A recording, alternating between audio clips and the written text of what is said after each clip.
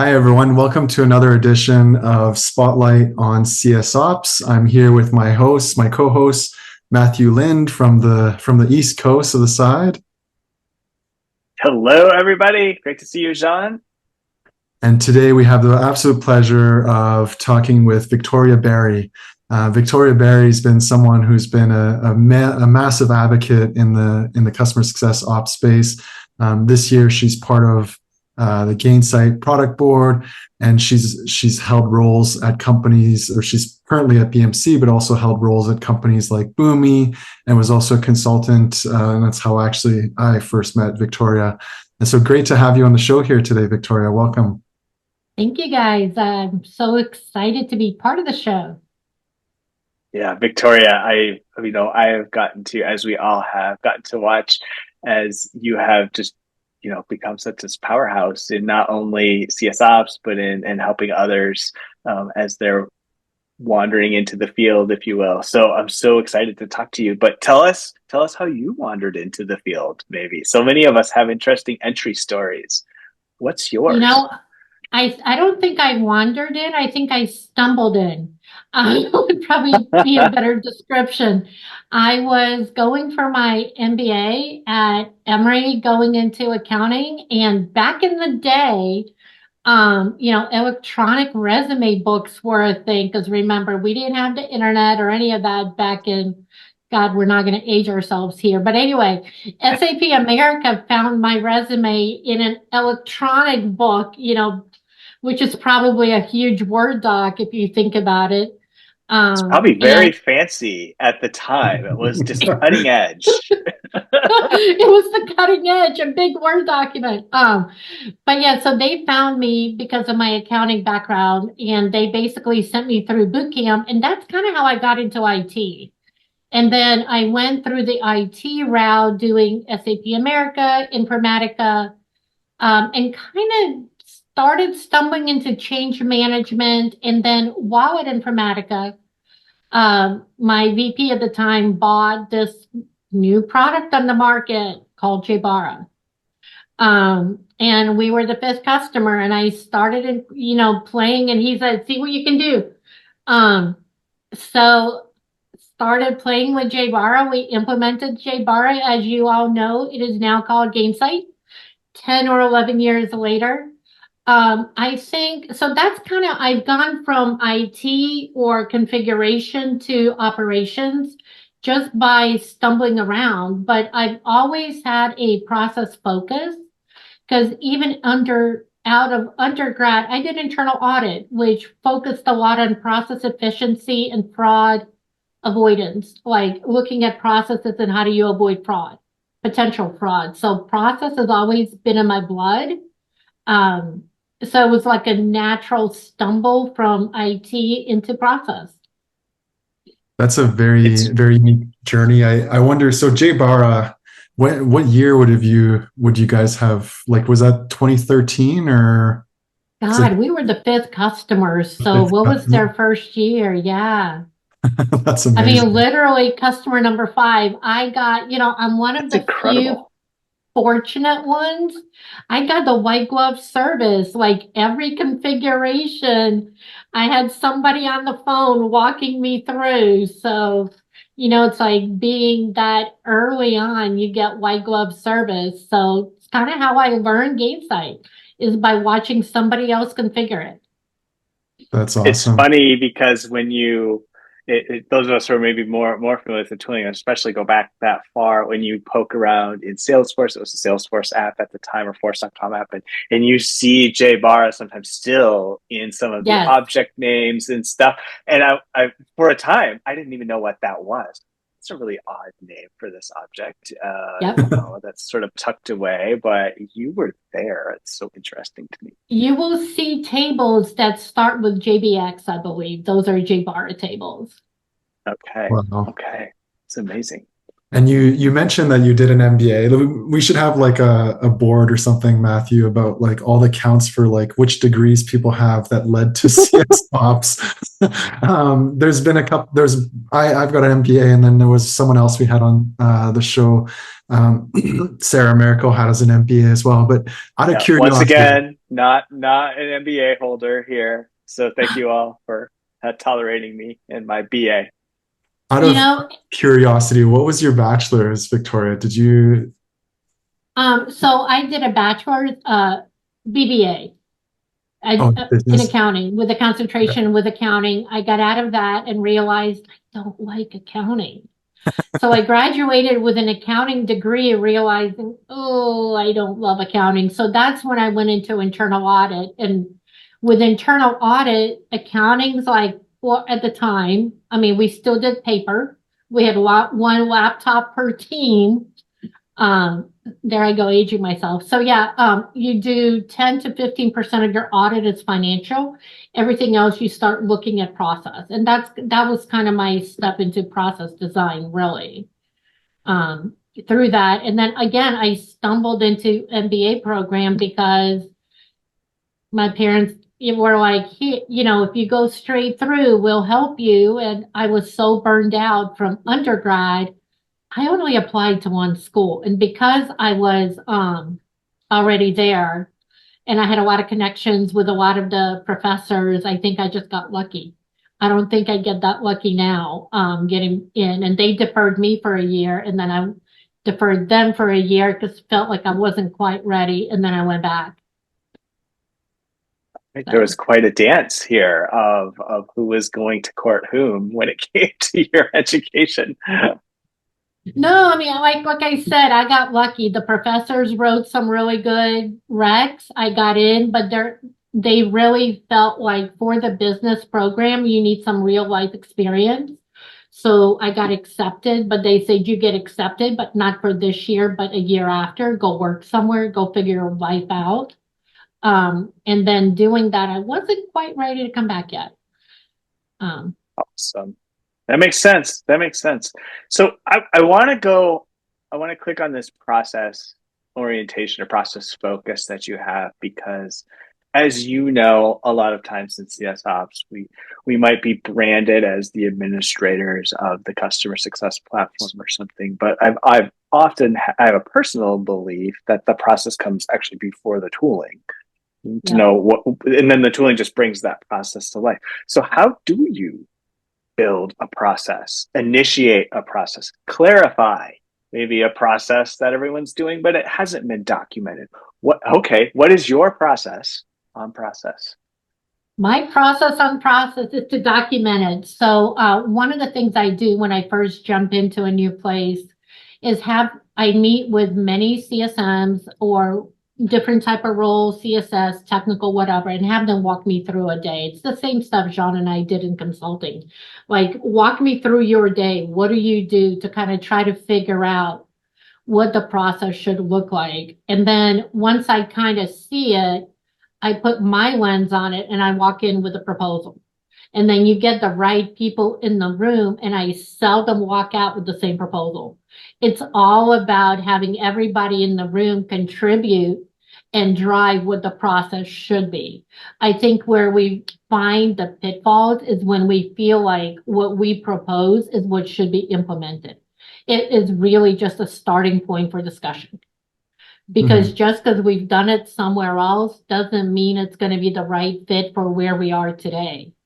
You know, so you've always got to consider the team you're working with, the culture you're working with, and the people who are there. We're, usually new coming in. We move around a lot more, I feel, as CS ops. Maybe it's just me. We move around a lot more than many of the CSMs do. So they really do know the business. So we really need to find that SME group that can help us drive the process. So my take is I usually walk in with a 70% of what we're going to come out with, but then it's a workshop. And not only do you walk out with a better process, you walk out with adoption immediately. Because everybody contributes to it. Yeah. And I think there's like, one of the secret sauces of being a consultant is using your two ears, just making sure that you actually get a good insight into like, what does the day-to-day look like and what are people going through? And so that makes amazing sense. At what point do you start layering on the application or thinking about tooling and automation or things like that? Is there a certain point that you use that kind of ties into where do we go from here now, and what's the next steps in Yeah. driving automation or I look at the tool set that I have at my disposal. I don't always lean to one tool or another. As we know, some tools are better at some things than other tools. So for example, if I'm trying to improve reporting, am I going to go to Gainsight right away? Probably not. I'm going to probably leverage Tableau if I have a resource and I have that application available to me. So I always look at the tools I have and what is the best of breed. To me, my Gainsight abilities, Gainsight functionality, it's a tool in my tool belt, just like Salesforce, just like anything else I may have. So based on what I know about my tool set and what I know I want the process to look like, I try to find the best way to put it all together. And then that's the other thing.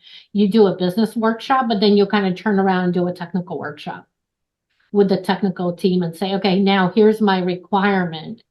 Where do we feel we can meet it the best? And sometimes the fastest, sometimes the best may not be the fastest, and we may have to go with plan B. But once I know the process. I'm so sorry, Victoria. Okay. You use a really interesting pair of terms there, like a business workshop and then the technical workshop, which that's a new concept for me, or at least termed that way. So you described the business workshop, I think, a little earlier. Like, what does the technical workshop look like? Well, the technical, I bring my folks together. Like, for example, if we're talking between Tableau and Gainsight, where am I going to create my dashboards? I'll bring my Gainsight admins together and I'll bring my Tableau admins together. And now we start talking about what's the best application, what's going to provide all the data sources together. And quite honestly, most often it is Tableau, just because it has a lot of other data sources in there. So you can marry more data sources together instead of having to do all the integration. But typically what I find if I do have a Tableau team, they have a lot of demands on their time.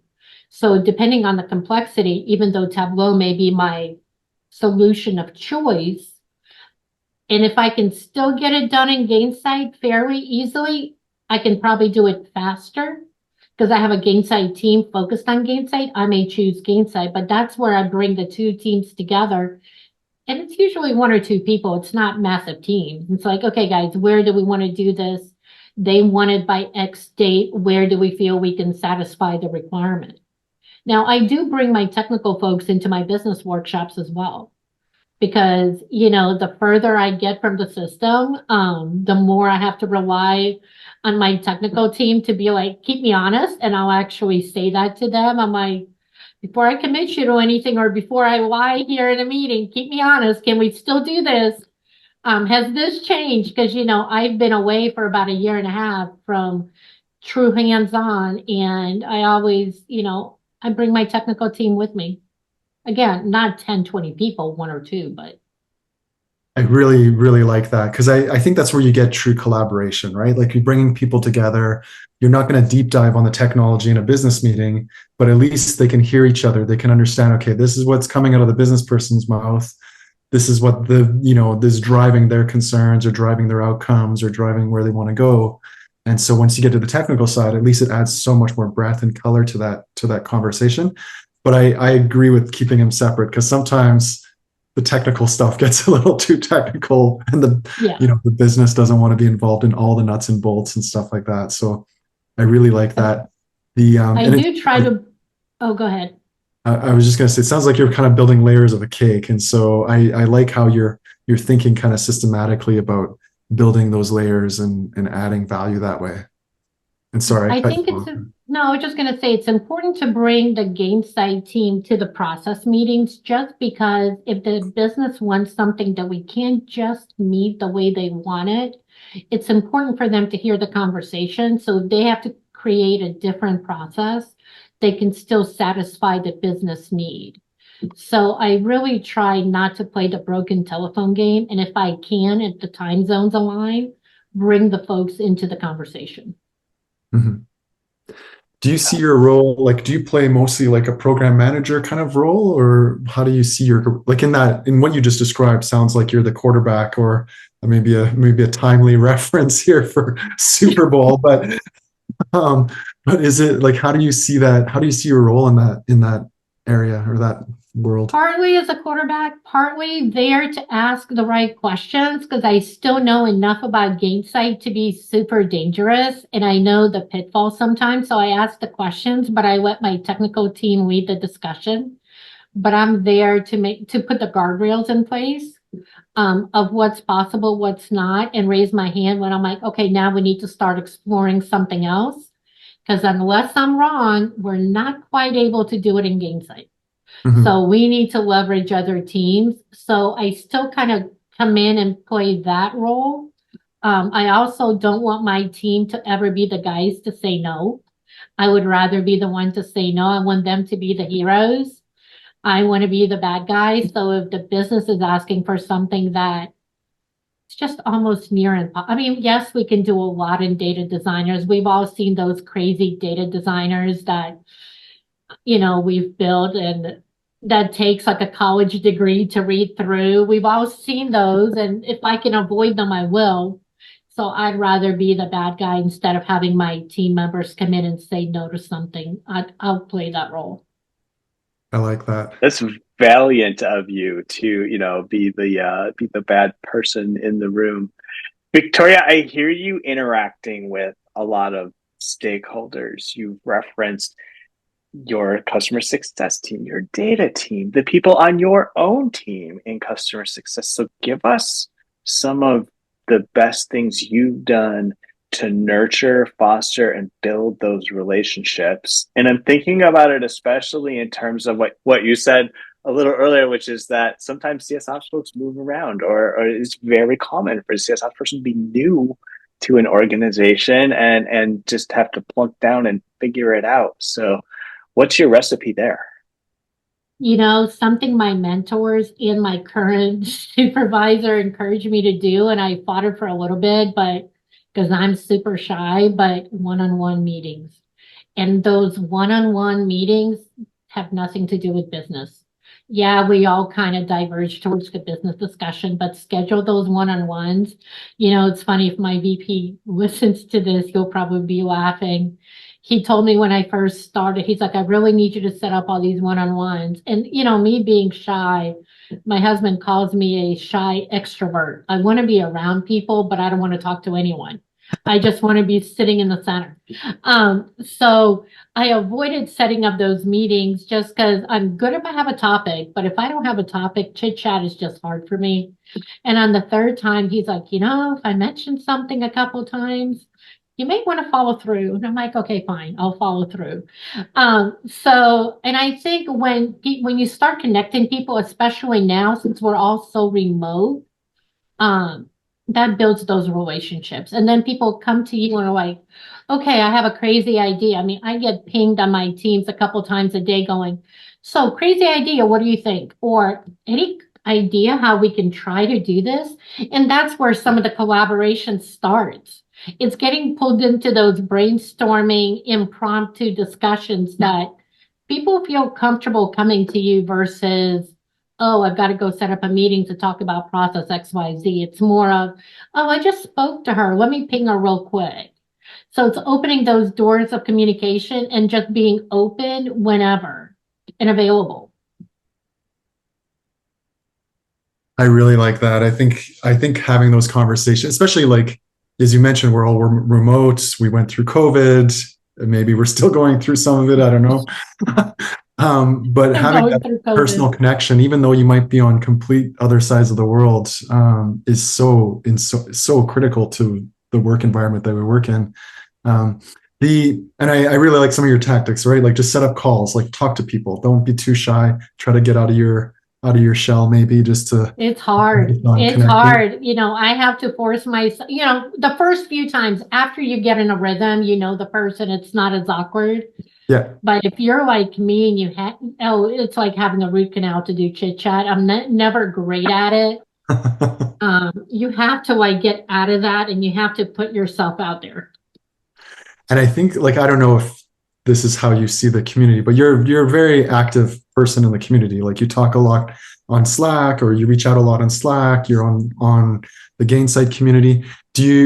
is that part of your strategy as well? Like, just like, do you leverage it as kind of connecting with people, or is it a place to learn, or how do you see these assets? Oh, I leverage the community as my lifeline when I don't know how to do something. There's always somebody who's going to jump in and help. I think I get more help than I offer, but no, to me, the community is just being surrounded by people like me. We all have the same struggles. So, as you're beating your head against the wall when you want to do something one way, you just can't get it sold. There's others going through the same battle. And I think that is one of those things, kind of connecting with people who are like you and learning from each other, because we all do it same but different. And those differences is kind of what improves what we do. And it's kind So of fun. It's smart. a nice break, it's just a nice break sometimes to chit chat with someone other than people you work with. I'm with you on that. Sometimes I'm like, I don't want to talk to anyone at my company today. Well, maybe not today, but right now, I need another perspective, or I need the people who get the CS ops universe well, because I need to sort of commiserate with them for a moment. Exactly. And it's not that there's a problem with the people I work, but sometimes it's like, am I wrong? You just want a sanity check, because just because Mhm. you think something's right and you may feel passionate about it and you're struggling it's nice to kind of have like-minded folks be like, yeah, no, I agree with you, or no, no. Don't continue selling that. You're off the mark. So it's just kind of nice to balance that. And, you know, again, it's just a sounding board, a safe place and a safe sounding board. Yeah. Because it's not, you don't always want to sound stupid at work, And but it's okay to sound stupid among your peers. there's always someone that's gone through something similar, which is so fun, right? Like, as you said, it might not be the exact same thing, it might be a little bit unique or different, but it's always nice to just be able to share that and just get different perspectives. So really Yeah. like that. Is And again, just being vulnerable with people like you, where you're trying to like create an image of yourself at work. And of course, my work people are going to see this and it's going to be awful, um, but kind of being like, okay, I feel like I'm really being dense. Or, oh my God, how many times do we see in Slack really having a Friday moment? How do you do this? It's not something you want to admit to people you work with, but it's reality. We forget the most basic things, and you want a safe place to talk about it so you don't look like an idiot. So, 100%. I have asked my fair share of those questions myself, and so I'm with you, Victoria. Speaking of your team, you lead a CS ops team. Uh, what's what type of advice do you give them when it comes to their career development or building these relationships? Or another way to think of the question, Victoria, however you prefer, would be like, oh, what do you wish someone in a leadership role had told you many years ago that would benefit you now? get more active, get involved. I had been doing Gainsight for a long time, but I didn't get involved in the community till really 2020. And I got cattle prodded out of my shell by someone that I used to work with and did some, LinkedIn lives and whatever. But get involved in the community, get to know people. A, it's good for your career, but B, it makes your day go by faster. You don't feel like you're struggling on your own. Mhm. I can honestly tell you, I've enjoyed my job so much more since I have gotten involved. I've gotten help. I go to office. Well, I don't anymore because I'm not technical, but I used to go to office hours all the time with Scott. Scott and I had a date every once a week. I was on those calls. It was like a weekly chat with Scott. Um, just get involved, makes your day easier, makes your life easier because you can just get a question, but also it's great for your career. Sitting, being that technical person sitting at home remote gets lonely. Again, I've just seen my career take off since I've gotten more engaged. And I tell my guys all the time, I'm like, you guys have to be active in the community. Get in there, answer questions, ask questions, and nobody's going to think any less of you if you have a question. We ask questions. I think I ask all of us have asked questions probably in the last week or two. So 100%. And I hope the person who prodded you is watching, and I hope they are able to see the fine work and the fine thing they've done by prodding you, because it's been such a pleasure to talk to you today.